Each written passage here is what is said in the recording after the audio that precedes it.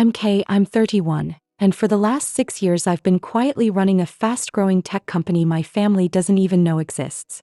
I went home this year thinking I'd blow out candles in our squeaky porch, blue-painted house and listen to my dad tell the same garage stories he always tells. Instead, my mom looked across the worn kitchen table and said, "We had to cancel your birthday dinner. We need the money for your sister Sophia's Europe trip." I smiled because that's what I've always done, then went upstairs and stared at the ceiling like it might offer answers. 2 nights later, during another simple dinner, my phone rang on the table in front of all of them. I answered on speaker.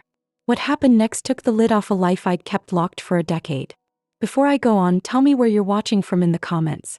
If you've ever felt invisible in your own family, tap like so this reaches the people who need it and subscribe, because this story starts with a canceled dinner and ends with a choice that changes everything. Oakwood, California isn't a place you move to, it's a place you're planted. We have more trees than traffic lights, a diner where everybody knows how you take your coffee, and a main street that hasn't changed much since the year I learned to ride a bike. My dad, Thomas, is a retired engineer who loves things that come apart and go back together the way they should. Lawn mowers, old radios, stubborn engines. My mom, Laura, taught 3rd grade for 3 decades. She can spot a lie and a missing jacket from 30 feet. Our home smells like lemon cleaner and cinnamon most days and like motor oil on Saturdays. Then there's Sophia. 5 years younger, glitter in human form. She could charm a room by standing in the doorway. Ballet recitals, soccer trophies, debate ribbons. Our mantle bowed under the weight of her highlights. My report cards were clean rows of A's that slid into a drawer. Sophia has such natural talent. Mom would tell anyone who'd listen then add about me. And Kay, well, she works very hard. No one meant it cruelly. They just meant it. When I was 8 and brought home my first perfect spelling test, Dad said, "Good job, kiddo," without looking up from his paper.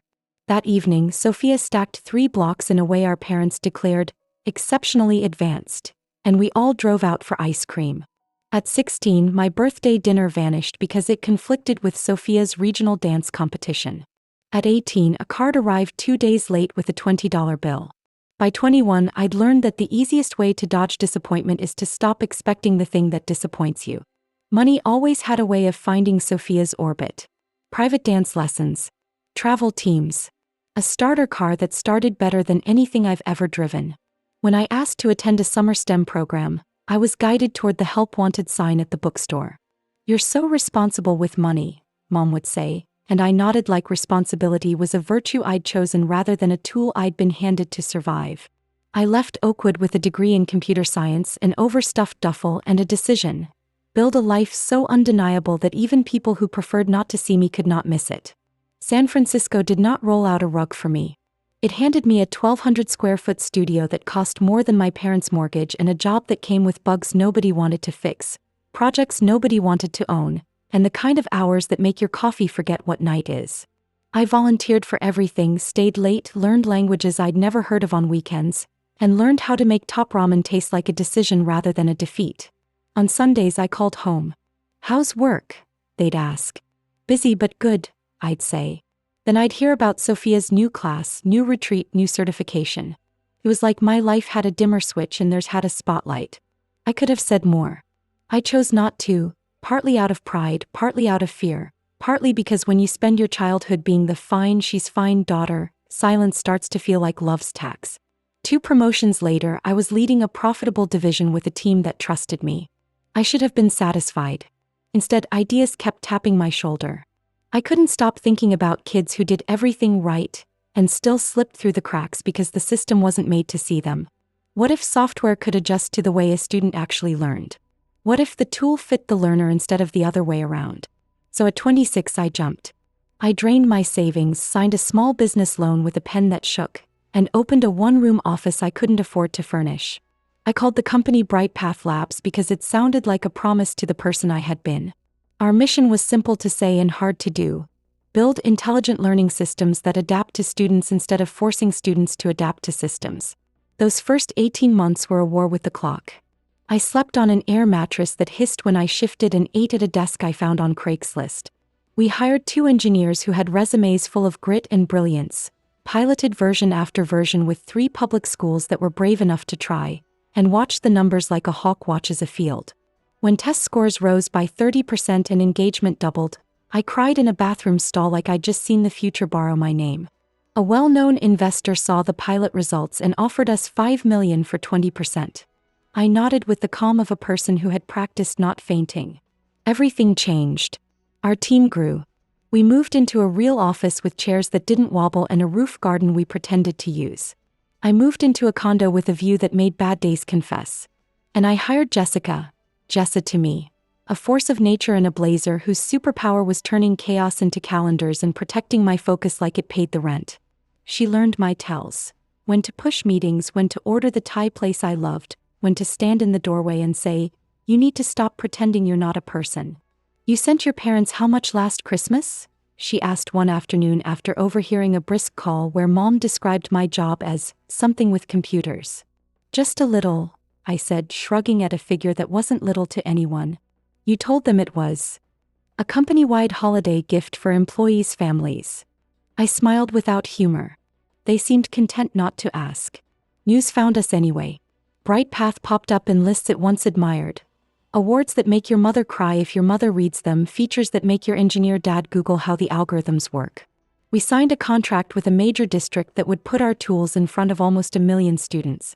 I said yes to plenty of microphones and no to every personal interest angle that wanted to tilt the light toward my childhood. The story I was willing to tell was the work. The story I wasn't ready to tell was me. A month before my 32nd birthday, I picked up the one framed family photo in my office, a sun-bleached day from Sophia's high school graduation, and did something I hadn't done in a while. I called home and said, "I want to come for my birthday." Mom hesitated, which she never does about casserole timing or school supply lists. Then she softened. "Of course, honey. 2 o'clock tomorrow? Or something comfortable." Sophia's teaching. I told Jessa to clear my weekend. She offered a jet. I said no. It felt important to drive. To cross the miles between the life I built and the life that built me at a speed that lets you notice what's in between. I rented a bland sedan, packed simple clothes, and left my watch that can buy a small car in the drawer. Oakwood looked smaller and somehow taller. The diner still served coffee that could strip paint and kindness that could stitch you back together. A shiny coffee chain had moved in 3 blocks down like it had been invited to a reunion. I passed Wilson's Hardware, the bookstore where I learned how to say, "We don't have it but I can order it," and the high school that taught me how to disappear in plain sight. Mom opened the door before I could knock. Lavender perfume. Warm cheeks. The hug of someone who knows every version of your face. "Let me look at you," she said, scanning me the way moms do, eyes that catalog and comfort at once. "City life agrees with you." Dad followed, clean button-up instead of grease-stained tee, offering the side hug of a man who is better with engines than emotions. "There you are," he said like I'd been misplaced on a shelf and found. Inside was a museum of us. The floral couch that had survived 3 spills and 1 puppy, the landscape prints everyone pretends to like, and a cork board that hadn't been there before, covered in postcards and a map where string connected cities like a detective chasing a case. Sophia's Europe, pinned in hope. "She'll be here after class," Mom said, bustling toward the stove where something bubbled in a pot she'd claimed had no recipe and never once measured. "She's dying to see you." We fell into an old choreography. Mom directed, "Slice those carrots, no thinner." I complied. Dad pretended to read while glancing over his newsprint perimeter to ask, "So, how's the computer job?" I said the words my muscle memory supplied. "Busy but good." "Making decent money?" he asked like the question had been waiting for years behind his teeth. Before I could invent a vaguely honest answer, the front door burst open. "Where's the birthday girl?" Sophia sing-songed into the house like she'd been cast to play the role. At 25 she looks like the ad that makes you click. High-end athleisure. Sun-kissed. That laugh people describe as infectious and you describe as inevitable. We ate and listened to Sophia talk about classes and Sedona and breathwork in a retreat that cost what my first car cost. I nodded in places where nodding is expected, said, "That's awesome," in places where awe isn't required. I waited for Mom to mention tomorrow's dinner out. She did. And then she didn't. "About your birthday," Dad started, eyes sliding toward the faucet as if the water might rescue him. "We had reservations at Romano's, remember? But things are tight and the flights for Sophia keep going up. So we thought, pizza. Tomorrow night. Home." Mom squeezed my hand like she was offering consolation and extracting consent. We'll make it special. You understand, don't you? This yoga opportunity could put her on the map. I heard the words. I also heard 2 decades of their echoes. You understand. You always have. You always will. I smiled the way you smile when you're taught early that your job is to make everyone else more comfortable than you are. Of course. Pizza sounds great. Relief softened the room. Mom launched into a gluten-free crust seminar. Dad hid behind headlines. Sophia glanced at me with the faintest shadow of embarrassment, then brightened to describe her transformational route through 7 countries. I didn't tell them that I could have bought Romano's just to close it for a night and still forgotten the number in a week. I wanted to be seen without the costume. I wanted them to want the dinner because it was mine, not because it was easy. The next morning, Mom forgot coffee that wasn't decaf because Sophia was avoiding caffeine. I walked to the cafe where the barista still remembered my teenage order by accident. Back at the house, Mom asked if I could run to the store real quick for dinner ingredients because Sophia's flight research couldn't wait. I drove the bland sedan and imagined the office where my name on the wall doesn't surprise anyone. My phone pinged with messages from people who know the day matters even when I pretend it doesn't. Jessa sent a photo of the cake in our break room and a text. We miss you. Need a rescue extraction code word. That night, pizza arrived with mushrooms covering half the pie even though I've hated mushrooms since 2nd grade. The cake read K in blue icing. It would have been funny if it hadn't been a biography. We sat. Dad said, "Tell us more about this computer job. You still at the same place?" An opening presented itself like a door you could choose to walk through. I looked at the knob and then at the faces on the other side of the table that had never quite believed the room belonged to me. Still in tech, I said, and I'm not proud of that lie of omission. Things are going well. That's nice, dear, Mom murmured, already pivoting. Sophia, about your connection in London. My phone interrupted her with the brand of ringtone I only let 2 people use. On the home screen, the contact read, Office, Jessa. Under normal circumstance, I would have stepped into the hallway. Mom waved a hand like she was shooing a fly. Go ahead, honey. We know your little office probably needs you even on your birthday. Something in me that had learned to camouflage went still. I hit answer and speaker at once. Boss, Jessa said in the voice she uses when the building is on fire and we still have to choose the right door. I'm sorry to intrude on family time, but I need to confirm next week's travel. Your private charter is filed for 7 a.m. Tuesday for the Paris meeting with the education minister. Do you want the suite at Lumurus again or the peninsula this time? I can hold both. Silence does not often have a sound. This one did. Dad's fork slipped and clinked. Mom froze with her glass midair. Sophia's mouth forgot how to close. And I, who knew we had no Paris on the calendar, searched for a sentence that would keep the floor from tilting. Jessa, I said slowly, there may be a misunderstanding about my schedule. Oh, my fault, she said, and even over a speakerphone I could hear the rare fluster. I just saw the email. The French delegation requested you personally for the implementation briefing. The board signed off on the charter because your week is packed.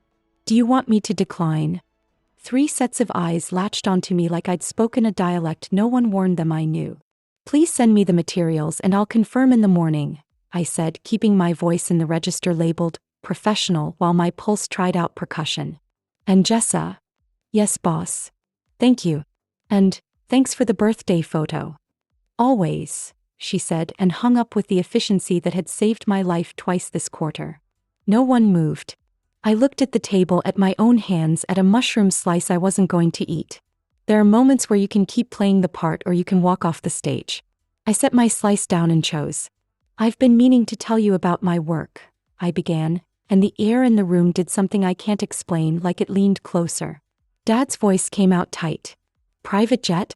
Paris? Boss. I founded Bright Path Labs 6 years ago, I said. I'm the CEO. We build adaptive learning systems for schools. We have contracts with over 500 campuses, and an expansion that sometimes requires flights I'd rather not take. I met their eyes one by one like I owed each an equal share of my truth. I didn't tell you because I wanted to be seen as your daughter first. And because asking to be seen felt like begging. Mom's forehead gathered itself. But you said you worked at a tech company, in an office. I do. It's just, My office. I gave her the gentlest smile I could find. I should have told you sooner. Sophia laughed once in disbelief, then clapped a hand over her mouth. You're serious? Dad leaned forward, engineer brain clicking through practicals. How many employees? 150 last count. We're hiring. It will be 200 by spring. And you're in charge of them? Mom asked like she'd spotted me driving an 18-wheeler and wanted to confirm I had a license. I'm responsible for them, I corrected softly because it felt more true. No one jumped up to hug me. No one clapped. This isn't one of those stories. What they did was look at me the way you look at a painting you've seen your whole life and only now notice has a second figure in the corner. Why didn't you tell us? Mom finally asked, and there was accusation wrapped around the hurt, wrapped around the love. When would I have? I asked back, not unkindly. Our calls are 10 minutes.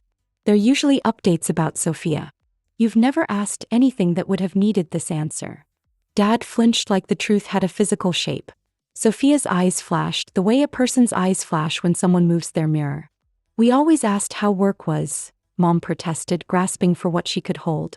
Fine, busy, good, you'd say. How are we supposed to know you were running this? Googling helps, I said, then instantly wished I'd swallowed the line. We've been in a few places lately. Dad broke eye contact to stare at a knot in the table he could have sanded years ago. We didn't know to look, he admitted, and the humility of that sentence called off a dozen defensive ones in my head. Sophia folded her arms like armor. So what is this? He came home to flex.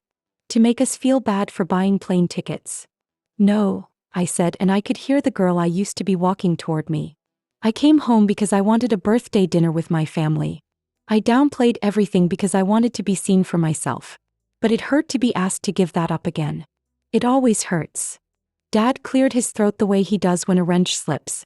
We thought Sophia needed the help more. You've always thought Sophia needs more, I said, quieter than I felt. Maybe she did. But I learned not to need it all, and that has a cost. Mom's eyes filled so fast it startled me. We're proud of you, Kay.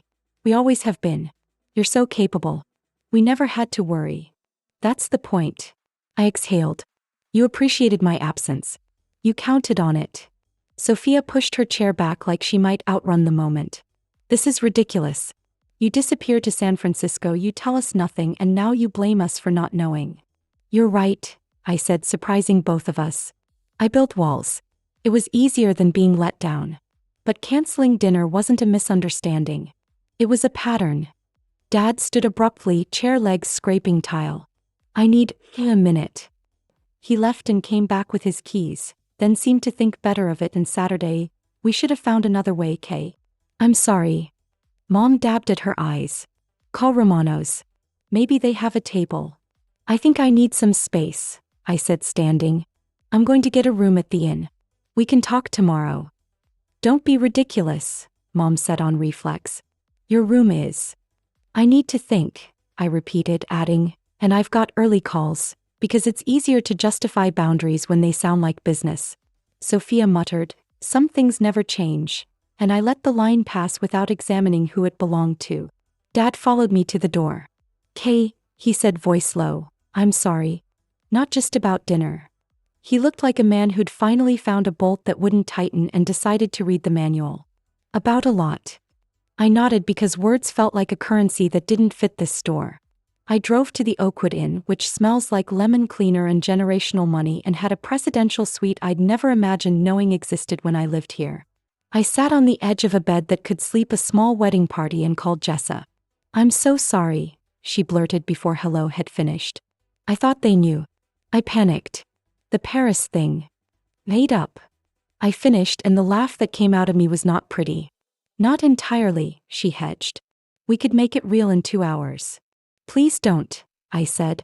Not tonight. We hung up after the kind of call that ends with, text me when you land, even if no one is flying anywhere. I showered too hot. I pressed my forehead to cool glass and looked out at a town that had been both cradle and cage and thought about the version of me who would have swallowed it all. My phone buzzed in the morning with 3 messages. Mom, please come for breakfast. I made your lemon cake. Dad, call me. Sophia, sorry about last night. Kind of. I didn't text back. I answered the door instead at 11 when Dad knocked like he wasn't sure he was allowed to.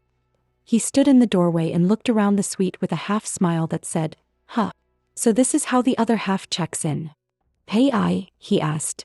"Of course," I said, and we sat in two armchairs like two people trying to figure out how to be what they were supposed to be all along.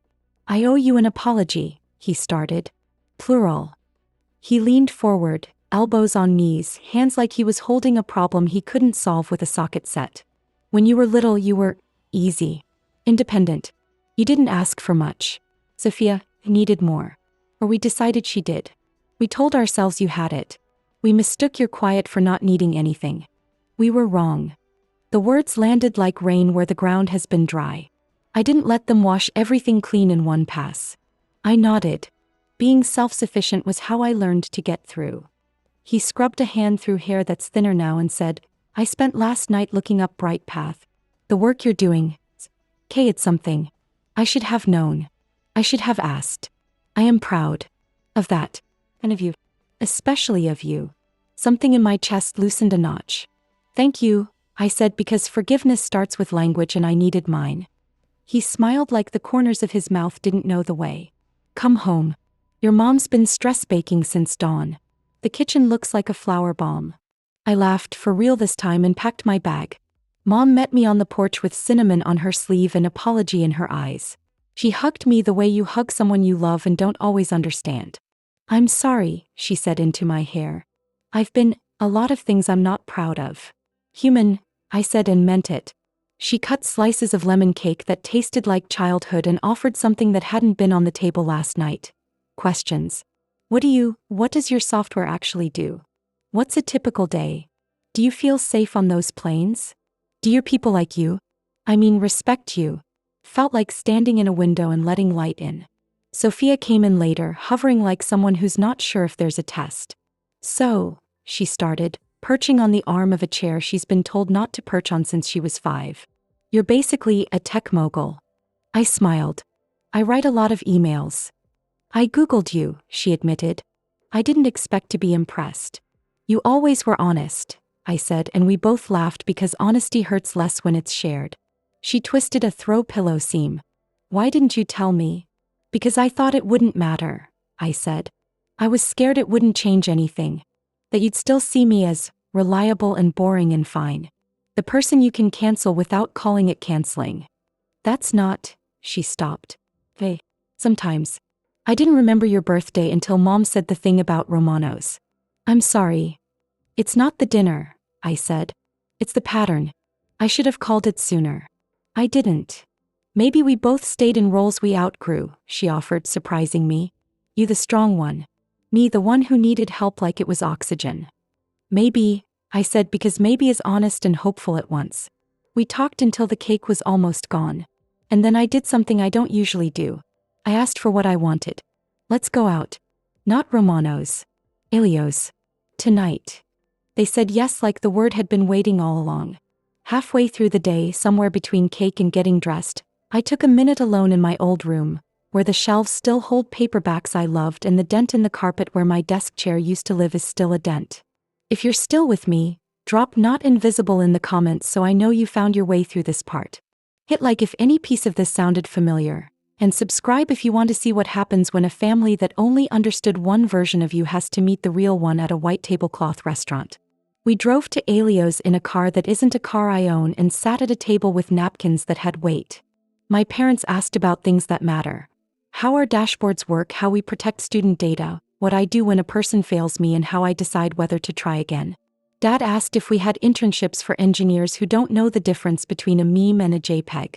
Mom asked if we ever need volunteers to read with kids. Sophia asked what it's like to be the person everyone blames when something breaks. I told them the truth. Sometimes I cry in bathrooms and sometimes I stand in front of my people and tell the wind to get in line. When the check came, I was ready to slide my card down like a reveal. Dad beat me to it with a hand I recognize in my own and a sentence that surprised us both. "I've got this," he said, and when I opened my mouth he added, "For all the dinners I didn't." We didn't fix everything between salad and dessert. That's not how these stories work. But something shifted, and the thing that shifted was the thing that mattered. Who we were trying to be to each other next. Later, lying in bed back at the inn with a suitcase that had never been in this room before, I stared at the ceiling again. This time I didn't ask it for answers. I asked myself a different question. If they knew me and I knew them, what would we choose on purpose instead of by habit? And if you're wondering what happened with that Paris call, whether it was a white lie that opened a door or a door that opened a different kind of truth, stay with me. The story that started with a canceled dinner, a speakerphone, and 3 frozen faces doesn't end at a restaurant table. It moves into a living room where apologies have to be rehearsed and said, into a plane I swore I didn't want to take, and into a version of home that didn't exist before we decided to build it. The morning after Alios, we gathered in the living room like a committee that had forgotten its agenda. Dad had a legal pad he didn't write on. Mom brought coffee in the good mugs we never used, as if porcelain could keep hard words from cracking. Sophia curled one leg under her, fidgeting with a throw pillow seam until it frayed. I sat on the far end of the couch and watched the dust move in a strip of sun, steady as breath. Mom spoke first, and I could tell she'd practiced in the kitchen with the whisk as her audience. I've been thinking about events and patterns, she said, pausing to steady her voice. Canceling the dinner, that was an event. Treating your needs as optional, that was a pattern. I am sorry for the pattern. He swallowed.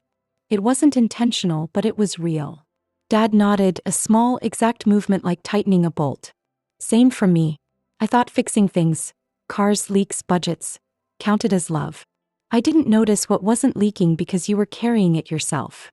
Sophia let the pillow go. I'm sorry I made everything about me, she said, meeting my eyes for longer than her comfort allowed. I didn't mean to. It's just the role I know. Words are not magic. They don't retroactively throw a childhood the birthday party it missed. But real words, owned not deflected, are scaffolding. You can step on them to reach a different floor. I took a breath I hadn't realized I was holding. Thank you, I said. If we're going to build something new, we're going to need rules. Rules. Dad repeated, half skeptical, half relieved to be offered a list. Guidelines, I corrected, because rules are how you control other people and guidelines are how you hold yourself. 1. No more, you understand, as code for, we've decided. If you need something from me, ask it. 2. Birthdays happen on the day. If we have to move heaven and earth, we move them. 3. When we say we're proud, it needs to be about who, not just what. Mom's mouth tugged up, then down, like she was trying to swallow a smile. I can work with that. 4, I added because I felt brave, we stop pretending that silence is the same as strength. Sophia exhaled. Hey. But then you have to tell us things. Actual things. Deal, I said, and it felt like signing a contract with the part of me that kept records. We talked in starts and stops like people learning a second language by ear. Dad asked to see the Bright Path deck he'd found online. He didn't understand half of it, he admitted, but he wanted to. Mom wanted to know who looked out for me when I was the one doing the looking. I told her about Jessa and my VP of engineering, Min, who had an uncanny ability to identify which fires were real and which were drama with good lighting. Sophia asked, careful, tentative, what it felt like to be the person everyone waited to blame. I told her the truth. Some days I carried it like muscle, some days it carried me like tide. When the house quieted mid-afternoon, I stepped onto the porch to return a few calls. Jessa texted while the phone rang in my ear. The Paris thing, partly my fault, partly fate. Minister's office emailed at 9 p.m. after that press piece dropped. I jumped the gun assuming board would approve. They did, this morning. You in? I stared at the screen, at the tiny bubble that had detonated my private life. Is there any version where I can push to remote? I typed. Not this one, she replied. They want the person who built it in the room. Also, it might be good for you to get out of Oakwood for 48 hours. Space to think. I looked back at the living room through the front window. Dad's legal pad finally open, Mom wiping an already clean table, Sophia scrolling and not reading. Space to think wasn't a betrayal. It was oxygen. Book it, I wrote. Commercial. I don't need the charter optics right now. Copy, came the reply. 2 seats blocked in case you want company. Thank you, I sent, then added before I could edit myself. You were right to break the glass. I just wish I'd been the one holding the hammer. Sometimes the person who pulls the fire alarm isn't the person who started the fire, she texted back. Sometimes they're the person who happens to notice the smoke. That night, Mom insisted on a do-over dinner. Nothing fancy, just her roast chicken and green beans that actually taste like green. We ate around the same table that had held so many ordinary nights and a few we don't talk about. When we were done, Dad cleared plates without being asked. A small miracle. And Mom brought out a cake that spelled my full name right, middle included. We didn't sing. We didn't need to. We stood there with forks like polite thieves and ate something sweet we didn't earn. I told them about Paris. The word hung in the room like a balloon at a party we hadn't planned. Dad's eyebrows went up then down. Mom looked worried and proud in the same instant. Sophia said, "Oh, like the sound you make when you realize the plot twist was obvious. Do you want us to come?" Mom asked, and the fact that she meant it did something to my throat. "Not this time," I said gently. "It's quick and it's work. But after? Come to San Francisco. Let me show you where I am when I say I'm fine." "Deal," Dad said, using my word on purpose. On the plane the next morning, I sat in 2A because Jessa had insisted on booking business and because there are battles you choose not to have when you're running on 5 hours of sleep and a heart that can't decide whether to ache or race. The woman in 2B wore a blazer and the expression of a person who has won arguments in conference rooms with nothing but a sentence. She glanced at my laptop screen as I flipped through the deck and smiled in that micro-way high-functioning strangers do when they recognize their species. "Education?" she asked, not nosy, just curious. "Adaptive learning." "Bless you," she said. "I tried to teach 8th grade for a year. The system eats the kids and the teachers if you let it." I told her about the dashboard we'd built that shows teachers' actual progress in real time without punishing anyone for being human. She told me about a nephew who could do calculus in his head but couldn't remember where he put his shoes. We shared a packet of almonds like we were old friends, and then we both worked. There's a kinship in the soft percussion of two people typing side by side at 30,000 feet. Paris was gray in that beautiful way that makes color look like it's telling the truth. Jessa had booked a perfectly sensible hotel 3 blocks from the ministry, the kind of place that believes in crisp sheets and silence. I met our EU legal counsel in the lobby, went over the slide order one last time, and asked the question I always ask before I walk into a room where titles crowd the air. What do we want to leave them feeling? Responsible, she said. And excited. Like the good kind of scared.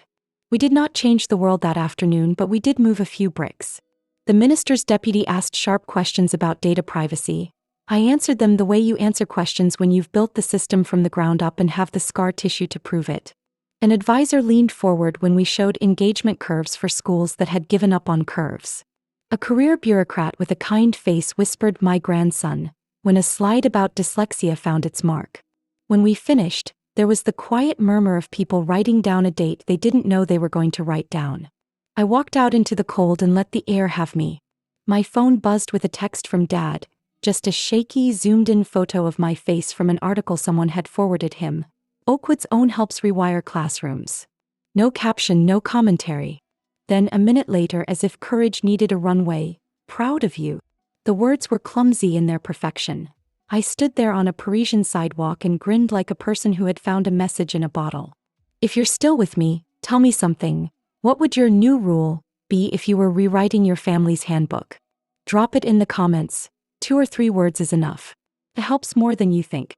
And if this part of the story made you breathe a little easier, tap like so the algorithm remembers to show it to the next person who needs it. Subscribe if you want the next chapter. There's a homecoming you haven't seen yet. On the flight back, I didn't work. I wrote. Not code, not copy, not the careful emails that keep partnerships alive. I wrote a list titled Closer, and under it I put things that sounded like small logistics but were really scaffolding. Quarterly visits home with dates set in advance. A standing monthly call that wasn't a recap but a conversation. A fund in Bright Path's name for Oakwood schools that Mom could help administer if she wanted. A rotating internship slot for local students who didn't know how to translate SMART into salary. Beneath that, in a different pen, I wrote, "Open a development office within 45 minutes of Maple Street." When the wheels touched down in San Francisco, I sent Jessa a photo of the list. She replied with a heart and then, predictably, with a bulleted plan. "San Mateo or Walnut Creek for the satellite," she typed. "Talent pool strong. Commute tolerable. Rent not insane. Also, Min says we can carve a junior mentorship program out of your idea if you stop calling it my idea and let people help." Then, your mom emailed the general inbox.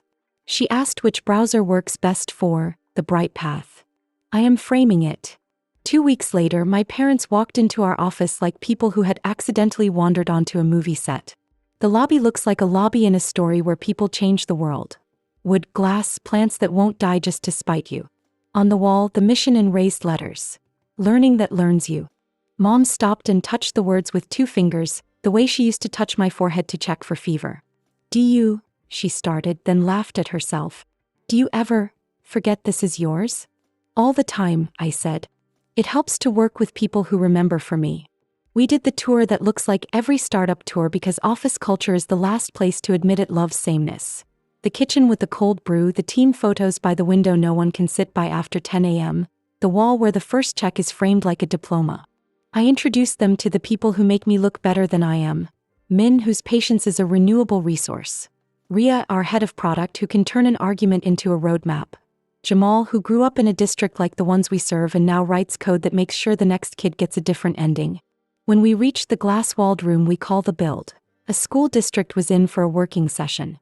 Mom instinctively lowered her voice as if we were entering a library. Dad didn't speak at all. He watched one of our engineers adjust a simulation for a student profile, watched the graph respond in real time, watched a principal cover her mouth with her hand because the line she thought would never bend had just bent on a screen. I thought you made apps, he whispered. We do, I said. And sometimes we make room for people to hope again. After the tour, I gave them badges with their names, visitor, not employee, and sat them in the back row of the all-hands I'd scheduled for that afternoon. Not because I planned a show. Because the show is what happens when you tell the truth in public and the people who've been carrying your truth with you get to hear it out loud. I stood on the low stage we'd built ourselves with borrowed drills and read aloud from the closer list. We are opening a development office closer to where I grew up, I told the room, watching faces light up with the kind of selfish joy that makes organizations human. My commute. My parents. We're funding a reading program in partnership with Oakwood Schools. We're piloting a mentorship path for high schoolers who don't see themselves in job postings yet. And, I added, looking toward the back row where my mother dabbed at her eyes with a napkin from her purse, we're building habits that keep the work connected to people with names. After, people introduced themselves to my parents like they were meeting celebrities no one else recognized. Jamal thanked Mom for teaching 3rd grade because that was the first year someone noticed my brain wasn't broken. It was just reading in a different direction. Min asked Dad about torque and old engines. Ria told Sophia, who had slipped in late and stood by the door like she might bolt, that we were hiring in marketing if she knew anyone who liked clarity more than clout. I don't have that kind of experience, Sophia blurted before Ria could finish. That's not what I asked, Ria said kindly. Do you like clarity more than clout? Sophia blinked. Yes, she said, surprise bleeding into relief. I think I do. Then learn the rest, Ria said, pressing a card into her hand. At dinner that night, in a restaurant where people perform their conversations like they might be overheard, Dad asked questions about the bright path, with an earnestness that made the waitstaff smile. Mom wanted to know if the reading program would need volunteers to sit with children and sound out words. I told her it would need champions more than bodies, and her spine straightened like a string had been pulled. Sophia didn't talk about Europe. She asked me if she could shadow Ria for a week to see what this kind of work felt like in her hands. I told her yes. I told her we could build a path that wasn't a favor but a fit. That weekend, we drove down the peninsula to look at empty spaces with carpeting that had known better days and windows that knew how to make a Monday less cruel. Dad measured wall lengths with a tape measure he had brought on the plane just in case. Mom took notes as if she were going to be quizzed later. Sophia stood in the center of a room with her eyes closed like she was listening for a frequency only she could hear. Here, she said finally. This feels like a place where people would come and forget to leave. I'm not mystical. I build plans. But sometimes the plan is to listen to the person who doesn't plan. We signed the letter of intent the following week. Jessa bought a fern the size of a small tree and printed a sign that said Bright Path Labs, Bay East, which is what we were calling it until we thought of something better and then never did. Repair isn't linear. It's a spiral. You pass the same landmarks again, your birthday, that restaurant, the corkboard with strings, except you're higher than last time even if the view looks familiar. We still fought. Mom still forgot that busy doesn't mean fine. I still bristled at small slights as if they were proof the pattern had won. But we also noticed. We also named it. We also tried again. A month into Sophia's shadowing, she came to my office and stood by the window that overlooks the bridge you take when you want to believe beginnings are something you can drive to. I think I want to apply, she said without preamble. For the junior coordinator slot. Not because I'm your sister. Because I like being terrified and useful at the same time. You're not a diversity hire, I said smiling. You're a reality hire. Tell Rhea. She'll make you earn it. Sophia bit her lip then laughed. I like her when she scares me. Good, I said. That's the right ratio. The night before Bay East opened, we met at Romano's, the site of last year's cancellation, this year's reclamation. The hostess recognized Mom and hugged her like people do in towns that reward repetition. We sat at a round table. Round tables are better for truce talks. Dad ordered the house special and didn't check the price because he'd decided, and decisions were their own currency. For what it's worth, he said when the plates were cleared and the waiter left us with a candle like a small standard issue star. I would have liked you even if you hadn't done any of this. I know, I said, and in that moment I realized I did. When the server brought dessert, there was no writing on the plate. It didn't need a name to count. Mom raised her fork, then set it down and reached for my hand instead. I signed up to help with the reading program, she said in a rush, like if she didn't say it fast it would turn back into a thought. They needed someone to coordinate volunteers. I thought, 30 years of hurting third graders has to be good for something. It's good for everything, I said, squeezing back. And Dad, quiet, practical, allergic to grand gestures, pulled a folded news clipping from his wallet, creased and softened by the shape of his pocket. I carry this, he said, handing me the piece I recognized from his earlier text. Not because I need to show people. Because sometimes I need to show myself. The day Bay East opened, the lobby smelled like new paint and caffeine. We had a ribbon but no scissors, so Dad handed me a pocket knife he'd had since before I was born, and I cut fabric like a promise. Mom cried for 3 minutes and then started assigning name tags. Sophia stood at the welcome desk with a smile that didn't ask you for anything. Jamal made a playlist called, Please Don't Play This in Front of Partners, and Rhea pretended to hate it. Min brought a plant that would definitely die and then somehow didn't. Halfway through the morning, a group of local teachers filed in, one of them in a cardigan that had known more chalk dust than code comments. She looked at the quote on the wall, Learning that learns you, and said, Fine, in a voice that had held too many children's hands. Show me. We did. A week later, I was alone in the new space, lights low, the hum of servers in the back like a purr. The corkboard from my parents' house occupied a corner. Mom had insisted we take it. And where strings once mapped Sophia's dream route through cities, now lines connected schools to pre-reads, mentors to interns, a list titled Volunteers Who Have Time and Cookies, to Mom's name in thick black pen. I thought of the kitchen table where this started, of the speakerphone I used as a scalpel, of the plain seat where a stranger blessed me for trying, and realized I felt something I hadn't let myself want for a long time. Home. You don't get to rewrite a beginning. You get to write the next page differently. The Paris meeting became a program. The reading fund became a pipeline. The apology became a habit. And the girl who learned to make herself small learned how to take up a seat at a table without asking permission, then pulled out another chair. We didn't plan a big family trip because plans are how you make expectations heavy. Instead, it happened because the calendar had an opening and the fares were sensible, and Mom said, What if we? And no one flinched.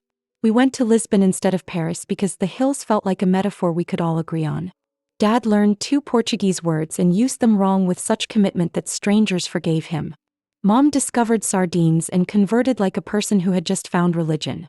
Sophia woke up at sunrise to watch the city stretch and said, I want to feel like this at work. And then went home and wrote a proposal that made Rhea whistle. On the last night, on a rooftop where laundry lines drew flags across the sky, Dad raised a glass of something that wasn't wine because he's never liked wine and said, To not missing what's right in front of us. Mom added, To new rules. Sophia said, To good terror. I said nothing. I didn't need a toast. I needed the moment to settle where memories live. Back in California, the first cohort of Oakwood interns filed in, nervous and trying not to look it. Mom had typed their schedules in a font I hated and refused to change because consistency matters to third graders and executives. Dad handed out little flashlights with the Bright Path logo because engineers always need light. And Jamal tacked up a sign that said, "Ask your questions out loud." Sophia stood in front of them to share how she'd pivoted without setting herself on fire. I watched from the doorway and let pride be a quiet thing. The night I realized we had crossed a line and weren't going back, the office had emptied and Bay East was dark except for the glow of one monitor in the corner. Dad sat at a borrowed desk, glasses low, watching a training video about accessibility tools. He looked up when I approached and smiled, the small, unpracticed smile I was learning to trust. "Just trying to keep up," he said. "Turns out the world kept moving while I was under a hood." "It does that," I said and leaned against the door frame. "Thank you. For this." "For what?" "For deciding to learn something from me." He considered, then shrugged. "You decided to learn something from us. Seems fair." There are still days when I revert. When busy becomes my camouflage, when a missed call from home feels like a test I'm supposed to fail, when a look on Sophia's face makes me want to rehearse old lines. But then the new rules we wrote on a living room morning with coffee in the good cups tap my shoulder. Ask, don't assume, birthdays on the day, pride about who, not what. And I breathe. And I answer. And I try again. The night before my 33rd, Mom texted a photo of a reservation page with Romano's logo and the word confirmed circled twice. Dad sent a picture of a pocket knife. Sophia sent a calendar invite titled, "Not Invisible." Jessa, who has become part assistant and part family whether I admit it or not, sent 3 party hat emojis and a note reminding me to block the day off like it mattered. I did. There's one more decision you need to know about, the one that turned closer from a list into a life. I didn't just open an office near Oakwood. I moved. Not all the way, Bright Path still needs me in San Francisco more days than not. But enough that my weekends smell like cut grass and my weeknights occasionally taste like my mother's chicken. Enough that I can swing by the high school and talk to a room full of juniors about what intelligence looks like when you stop confusing it with conformity. Enough that when Dad texts coffee on a Sunday morning, the answer isn't a plane. And if you're wondering whether bringing family into the orbit of your work is a risk, of course it is. There were whispers. There were warnings. There were lines we wrote on paper and then enforced in practice. Sophia reports to Ria, not to me. Dad mentors on Wednesdays only. Mom's volunteer badge does not unlock the server room no matter how convincingly she says, "Pretty please." But the risk of rebuilding a version of home that never existed the first time, that's the risk I'm willing to take. Next, there's the moment none of us were ready for. The board offer I didn't expect to consider, the apology I didn't think I'd hear, and the night we finally sat at a table set for 8 and realized it wasn't about saving a legacy so much as replacing it with something honest. That's where the road bends again. Stay with me. The board offer arrived the way real life drops plot twists. Plain subject line, no confetti. Invitation to serve, State Innovation Advisory Board, Education. It wasn't a vanity panel. It came with teeth. Oversight on adaptive tech deployments, equity audits, open data requirements, and a clause about recusal for vendors. In other words, they'd want me in the room and on the record. Impact and accountability, same sentence. If you've ever stood at a hinge like that, one choice bending the next year, drop a single word in the comments, hinge. It helps me find the people who are making brave, boring, important decisions. Tap like if you're still with me. We're about to put both families, born and built, at the same table. I called counsel first. We mapped conflict walls higher than comfort. I'd serve unpaid, recuse from any vote where Bright Path could gain, publish my calendar and commit to being, as our lawyer put it, uncompromisingly transparent. Then I called Dad. He listened, slow and careful, the way he listens to an engine he's not sure he trusts yet. "If they want you for who you are," he said, "don't contort into someone they won't need." Mom's text followed. "Will this help kids in districts like ours?" "Yes." "Then please do it." I said yes. 2 days later, the apology I didn't think I'd hear showed up in an envelope with handwriting I knew better than my own. Mom had written letters. To me and to Sophia. Mine started with something I'd never seen on her paper. I was wrong. Not performative regret. Inventory. Pages of it. Specific birthdays missed, questions she never asked. Times she praised my strength because she didn't know how to sit with my need. "I confused your competence for comfort," she wrote. "I measured your happiness by the fact that you didn't ask me to fix it. I am learning to ask." Will you let me keep learning? Sophia's letter, she later told me, said, I gave you the world and forgot to teach you how to carry it. We read our pages separately and then together, the three of us at my kitchen island, the old triangle reshaped into something less competitive and more human. The night with the table for 8 arrived on a Thursday because that's when everyone could make it without rescheduling a launch, a class, a mentoring session, a life. We pushed 2 tables together at Bay East, our new home that still smelled like paint when the heat kicked on. The seats filled with people who knew different versions of me. Mom and Dad, Sophia in a blazer she'd chosen herself and didn't apologize for. Jessa, who had become family by consistently acting like one. Min, who can disagree without making you bleed. Ria, the person you want in any room where the word strategy is used. And Jamal, because joy belongs at serious tables. No toasts. Not at first. We ate takeout from 3 places because compromise doesn't mean anyone goes hungry. We told tiny stories that make the big ones less scary. The bug that only reproduced on mobile, the 3rd grader who read her first paragraph out loud, Dad's first day mentoring, the kids call me Mr. T and I didn't stop them. The conversation braided like good rope. Halfway through, Mom stood without drama, palms on the table. I need to say this where it counts, she said, eyes on me, then on Sophia. I raised you unequally. I called it practicality. It was favoritism. I'm sorry. She didn't cry. She didn't draft Sophia as a shield. She looked at 2 adult women and handed us truth with no excuses taped to it. The room held steady. Ria nodded once like you do when someone lands a hard plane. Jamal passed Mom a napkin and then kept talking about the mentorship playlist because this is how you carry weight together without dropping the thread. After dessert, sheet cake from the grocery store because elegance is overrated, Dad cleared his throat and slid a small, battered box toward me. Inside, the pocket knife and a key stamped 02. To the first lab we built at home, he said. And the next ones you'll build where I can help reach the shelf. I didn't trust my voice, so I reached across and squeezed his wrist. He squeezed back once hard. Service came quickly after that. Messy, imperfect, real. The board published its first report and my name sat on it alongside people who cared more about kids than credit. We pushed for statewide interoperability so a student didn't need to start over just because her family moved across a district line. I got shouts on local radio and subtweets from vendors who liked opaque contracts. It was fine. Light makes some things grow and other things scatter. At Bright Path, Sophia applied for the junior coordinator role. And got it. Not because of her last name. Because her proposal synthesized 3 teams' work into a roadmap that even a tired principal could follow. Ria cried in the bathroom and pretended it was dust.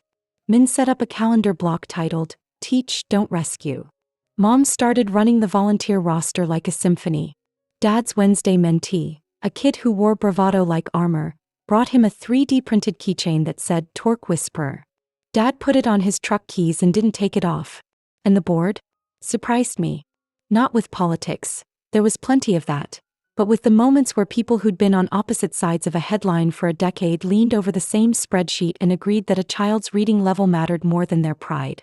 In one meeting, an activist grandmother and a data scientist finished each other's sentences.